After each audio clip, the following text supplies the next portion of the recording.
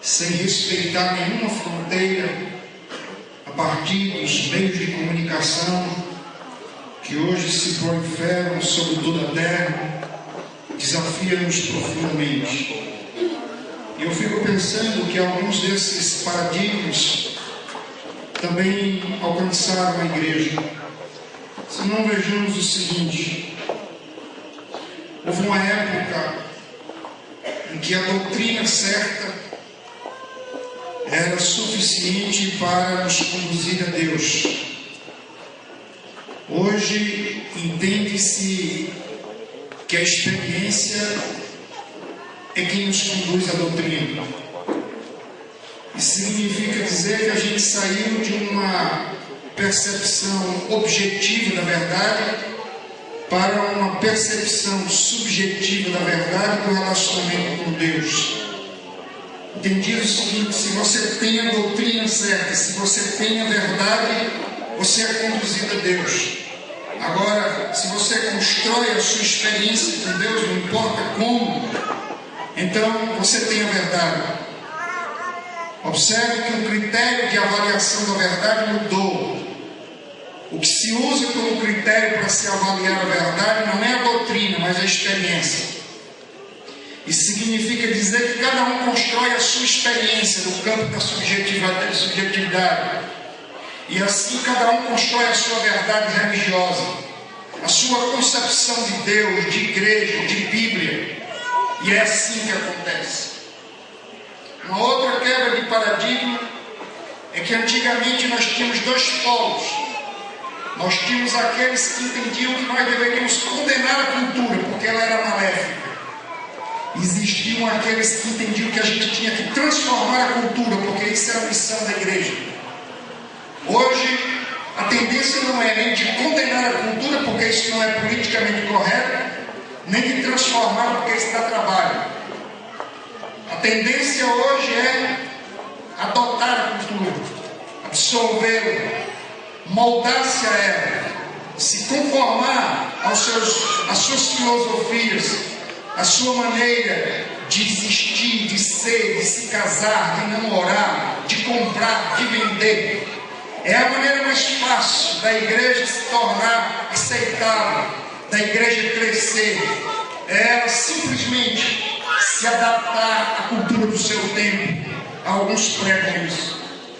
Uma outra mudança de paradigma é que se entendia que nós deveríamos adaptar, nós deveríamos ajustar os nossos métodos, as nossas formas e os nossos estilos, a cultura, para que assim nós, alterando ou mudando esses métodos, pudéssemos nos contextualizar melhor, pudéssemos nos comunicar melhor com o homem sem Deus e alcançá-lo para a glória do Senhor. Hoje a tendência não é simplesmente de alterar os métodos, mas de alterar o conteúdo.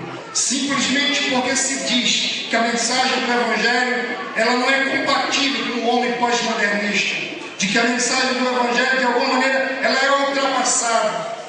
Não se crê mais de que ninguém seja capaz de interpretá-la e de aplicá-la corretamente. Daí, uma vez que ninguém consegue interpretar nem aplicar a Bíblia de maneira correta, desistamos disso. Vamos desistir dessa possibilidade e simplesmente vamos nos adaptar à cultura. Vamos moldar o Evangelho à cultura. E a cultura que vai dizer que tipo de Evangelho ela quer. E aí a gente constrói o Evangelho conforme a imagem e a semelhança do homem do nosso tempo. Essa é uma mudança radical. Uma outra mudança, meus queridos, é que se você olhar para a Idade Média, você vai encontrar que a cultura estava totalmente paganizada e que essa cultura tinha invadido a igreja a partir já do seu quarto ou do seu quinto século, de modo que a igreja estava pelo menos há 1000 anos nas trevas. E no século XVI surge o reformador Martim Lutero, e a concepção clara dele era que a igreja tinha que voltar às Escrituras. Mas a percepção de reforma hoje não é que a igreja tem que voltar às Escrituras, é que a igreja precisa absorver a cultura. A igreja tem que tomar banho com a modernidade, a igreja tem que tomar pesquisar, porque se a igreja tomar um banho de cultura, ela será uma igreja culturalmente pertinente, aceitável, agradável, e aí ela vai cumprir seu papel. Ora, eu olho para tudo isso e chego a uma conclusão: é que qualquer leitura inteligente do Apocalipse vai nos levar à seguinte percepção: de que a filosofia da cultura babilônica, revelada em Apocalipse, para os últimos dias, ela já está em evidência e, por sinal, ela já está de alguma maneira dentro da igreja. E aqui eu penso em John MacArthur Jr., quando ele diz, o pastor americano, quando ele diz o seguinte: dizem que nós estamos precisando de reforma. Negativo, diz ele. Nós não precisamos de reforma, nós precisamos de redenção. Reforma é para quem é crente. Quem não é crente precisa de redenção, precisa de conversão, precisa de regeneração. Seguindo nessa mesma linha, eu diria o seguinte: dizem que nós precisamos de cura. Eu digo que nós precisamos de vida. Dizem que nós precisamos de animação. Eu digo que nós precisamos de ressurreição.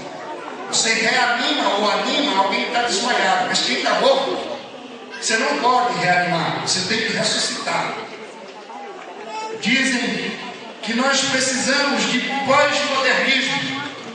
Eu digo que nós precisamos de conversão. Dizem que nós precisamos melhorar de vida. Eu digo que nós precisamos de nova vida. Dizem que nós precisamos de alguma maneira de melhorar a nossa autoestima. Eu digo que nós precisamos ter percepção das nossas culpas, nos arrepender dos nossos pecados, nos humilhar diante de Deus, nos convertermos para que o sangue de Jesus Cristo nos purifique de todo o pecado e sejamos verdadeiramente enquadrados na condição de povo de Deus, santificado e abençoado para a sua glória. Ora, o que é apostasia? Já que nos propomos falar de apostasia nessa noite, deixa eu pensar aqui no que eu defino como apostasia. Para mim, apostasia é quando a gente está cego, pensa que enxerga, mas já não consegue ver o seu próprio pecado. Apostasia é quando a gente pensa que está farto, mas estamos famintos do pão da vida e ao mesmo tempo fastiados diante dele. Apostasia é quando a gente já não sente que o pecado está nos escravizando. Perdemos, portanto, a capacidade de ver, de ouvir, a capacidade de sentir. Apostasia é quando nós não nos tocamos, não nos sensibilizamos, não choramos e não nos alegramos. A apostasia é quando eu penso que de alguma maneira eu estou bem, mas não me dou conta de que sou passado terminal. A apostasia é uma doença cujo caráter espiritual e que atinge a igreja de maneira devastadora, porque é um mal que contamina. A apostasia é o mal dos últimos tempos. Nos últimos tempos, muitos apostatarão da fé. Alerta as Escrituras.